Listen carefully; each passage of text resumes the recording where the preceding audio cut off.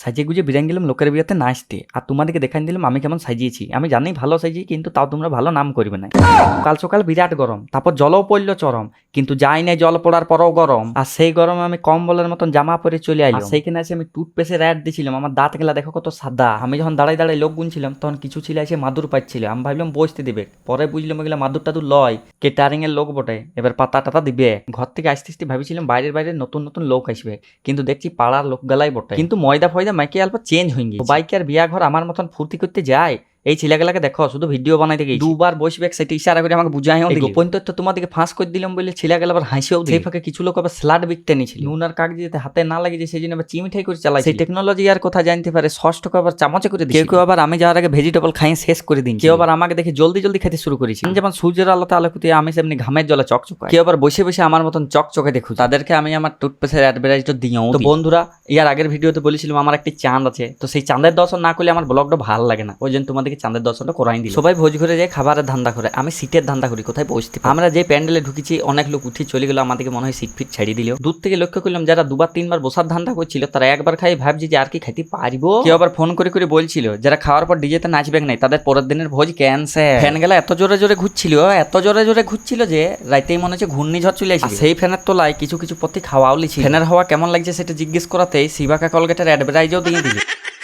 আগে শুনছিলাম বাসে ট্রেনে সিট রাখার জন্য রুমাল ব্যবহার করা হয়, ভোজ খেতে যাই দেখতে পেলাম চেয়ার রাখার জন্য রুমাল ব্যবহার করা হয়। কেউ কেউ আবার বলছে তুই জায়গাটা শুধু রাখবি, বন্ধুর বিয়া বলে কথা 5-5 বার বসবি। ফটো তোলার ব্যাপারটা এখন এত বাড়ি গেছে, কারো যদি ভিডিও করছি সেও ভাবছে আমার ছবি তুলবে।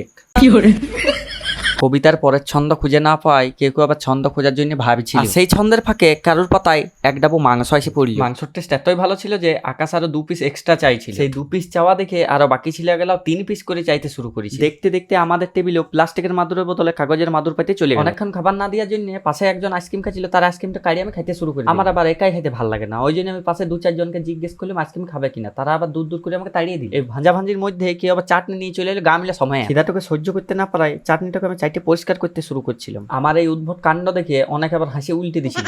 অনেকে বলে তেলে ভাজা খাইলে নাকি গ্যাস হয়, ফ্রি ফাইলে তেলে ভাজা খেলে না তেলে ভাজার বাবাকেও খাওয়া। দেখতে দেখতে আমাদের পাতায় পড়ে গেল নান, তার আগে পড়েছিল তড়কা, তার আগে পড়েছিল নুন আর কাগজি, কিন্তু সেইগুলো আমি তোমাদেরকে দেখাইতেই ভুলে গেছি। আমার মুখটা খুলে আমি সব খাবারগুলো একসাথে ঢুকাইতে শুরু করেছিলাম, যাতে জলদি জলদি খাওয়া হয় আর ডিজেতে যাই নাচতে পারি। আমি ওখানে যাই দেখলাম অনেকে রঙিন রঙিন জিনিস বিকছে, পরে বুঝলাম ওইটাকে আমাদের মতন কাটা না নেই বটে। দেখতে দেখতে চলে এলো আমাদের পাতায় ভাজা মানে ফ্রাইড রাইস, তার অল্প পরেই চলে এলো আমাদের পাতায় খাসির মাংস। সেই খাসির মাংস ঝোলের সাথে ফ্রাইড রাইসটাকে আচ্ছাটি করে মাখিয়ে আমার 12 ইঞ্চি মুখে হলারে ঢুকাই নিলাম। তার সাথে ঝটপট করে মাংসগুলা খাইয়ে আমার শক্তিটা আরো 3 গুণ বাড়াই পরে এবার ডিজেতে নাচতে বিরান যাবে। যে উঠতে যাচ্ছি সেই বলছে হরবড়াস নে বাবু, পাপড় আছে, পাপড় খেয়ে নে তারপরে যাবি। পাপড় খাওয়ার পরে মিষ্টির গামলা সমেত 2টা মিষ্টি দিয়ে চলে গেল গোপাল দা। মিষ্টিগুলা সাইডে রেখে মাংসর ধরে আমি চিবাইতে শুরু করে দিল। মাংসগুলা ছিঁড়তে ছিঁড়তে উৎপত্তি হলো মাংসর হাড়ের, আর সেই মাংসর হাড়টাকে ফেলে পরে আমি মিষ্টিগুলা আমার মুখে গব করে ঢুকে, যাতে জলদি আমার আবার খিদা লাগে। সেই জন্য আমি লোকগুলার সাথে আবার ভাঙতে শুরু। ভাঞ্জাভুঞ্জির পরে ডিজেতে নাচবার জন্য আমি দৌড়ে দৌড়ে যেতে শুরু করে দিই। যেমন যাতে মাইক গুলা বন্ধ না করে পালাই, সেই জন্য আমি জলদি জলদি শর্টকাট নিয়ে যেতে শুরু করি। যেতে যেতে কাদার দর্শন পাই আমি ধন্য হই। সেই কাদার দর্শন নেওয়ার জন্য আমাকে টাইনে কৃষ্ণা ডিজের স্টেজে চাপাইন দিল।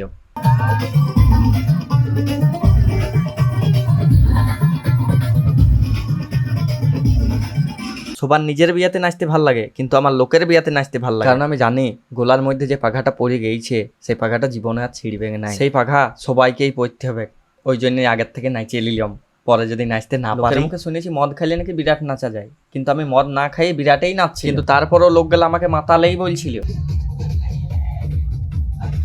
লোকের বিয়াতে এত নাচছিলাম যে আমার গেঞ্জির থেকে 2 পুয়া ঘাম বেরাই। মাতালদের নাচার জন্য মদ দরকার হয়, আর বেতালদের নাচার জন্য গুচ্চাক বন্ধ দরকার হয়। যেমন আমি ভাবিছিলাম আমাদেরকে কেউ চিনতে লাগবে, কিন্তু দেখো তোমাদেরকেও চিনতে পারে। হাই শুনেছিলাম ফাঁকা সময়ে পুরনো প্রেমের কথা মনে পড়ে, কিন্তু বরমশাই বউকে পাশে রেখে তার এক্সের কথা চিন্তা ভাবনা করছিল। সেই চিন্তা ভাবনার কথা যাতে অন্ধকারে ডুবে না যায়, সেই জন্য ক্যামেরাম্যান আর লাইটম্যান তাকে লাইট দেখে এক্সের কথা যাতে দূরে সরে যায়, সেই জন্য বউ আর বর দুজনে ছবি তুলতে আইলো।